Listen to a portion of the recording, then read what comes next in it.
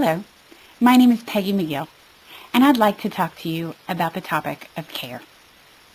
Before we get into the scholarly portion of care, I'd like for you to stop for a moment and look back to the last 6 months of your life. Did you care for an individual?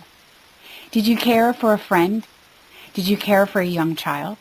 Did you care for an elderly parent? Did you care for someone you loved? Or for that matter, did you care for someone that perhaps you didn't love, but they needed care? And that was the greater good, and you felt that was your obligation to care for a fellow human being. I've had this experience. My friend has lupus, and I've had to help care for her a great deal in the last few months. But it is out of love that I'm caring for her and for the greater good. Hello, my name is Peggy McGill, and I would like to discuss with you the topic of care. First, I'd like for you to think of how in the recent months you may have cared for someone. Was it a child? Was it a friend? Was it an adult? Was the care emotional support? Was it physical support? And why did you do it? Most of us, we do it because of the simple fact of love. However, when it comes to caring, there is the greater good. And most of us humans will end up caring for someone we may not love.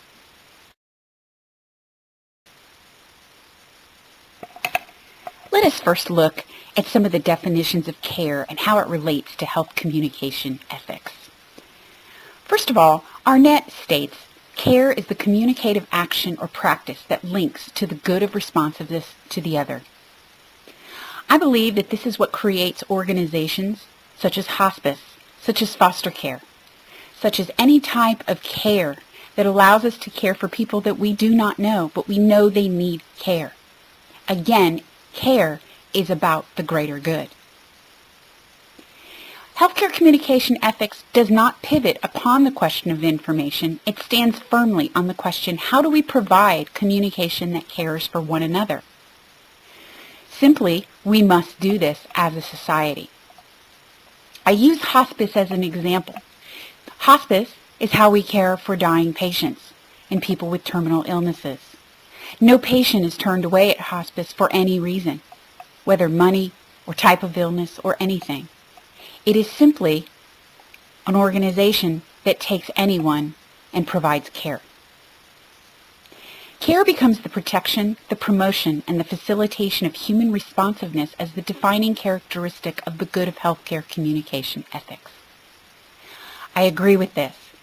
Care and how we relate to it and how we provide it to the weakest members of our society is what makes a difference.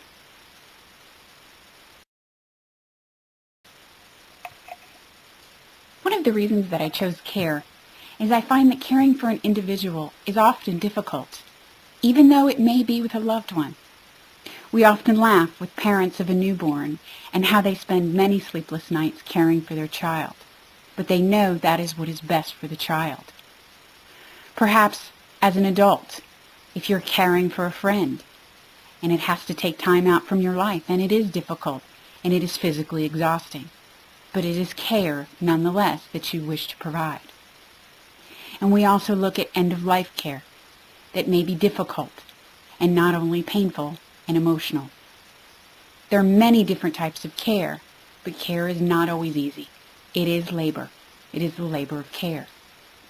And our responsibility to care begins with the responsive first principle, foregoing the impulse to blame those who do not meet our standards of care. Maybe we feel the nurse or the doctor isn't doing as much as we could. In essence, the emphasis upon responsiveness opens the conversation about what it means to be a doer of care and not a consumer. So yes, one of the issues we run into is we want the best possible care for our loved one, or for perhaps not even a loved one, perhaps someone we don't know but are trying to care for. Again, this all goes towards the greater good.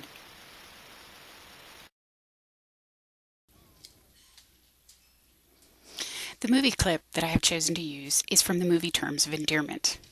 Terms of Endearment is a movie that shows the relationship and care between a mother and a daughter. The daughter is eventually diagnosed with cancer, and her mother moves in to care for her and her grandchildren. When caring for a loved one, there is a great deal of conflicting emotions involved. The character of Aurora, played by Shirley MacLaine, feels an enormous wealth of emotions, and everything comes to a boiling point within this one scene. In caring for her daughter, the mother has felt exhaustion, pain, sorrow, and frustration that no matter what she does and no matter how well she cares for her daughter, she will die.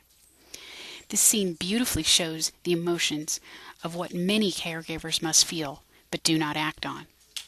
Shirley MacLaine won an Oscar for her role as the grieving mother, and it is widely believed that this scene is what contributed to her win. Excuse me. It is after 10. Give my daughter the pain shot, please. Mrs. Greenway, I was going to. Oh, good. Go ahead. In just a few minutes. Well, please, it's after 10. It's after 10. I don't see why she has to have this pain. Ma'am, it's not my patient. It's time for her shot. You understand? Do something. All she has to do is hold out until 10. And it's past 10. She's in pain. My daughter is in pain. Give her the shot. You understand? You're going to behave. Give my daughter the shot! Thank you very much.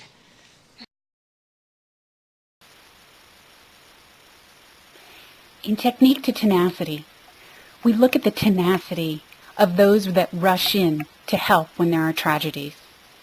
We look at the firemen who in 911 rushed into the building instead of rushing out.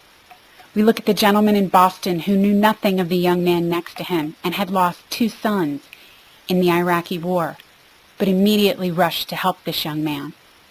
Again, we look at Oklahoma City trying for all the firefighters rushing to help the children. And the same thing in New York, the young priest who rushed in to help and was unable to. Our instinct for care for each other at the human level is innate and strong, and we see it in every one of these examples.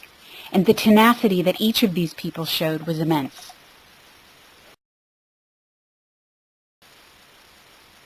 There is no profession that provides the greater essence of care than the nursing profession.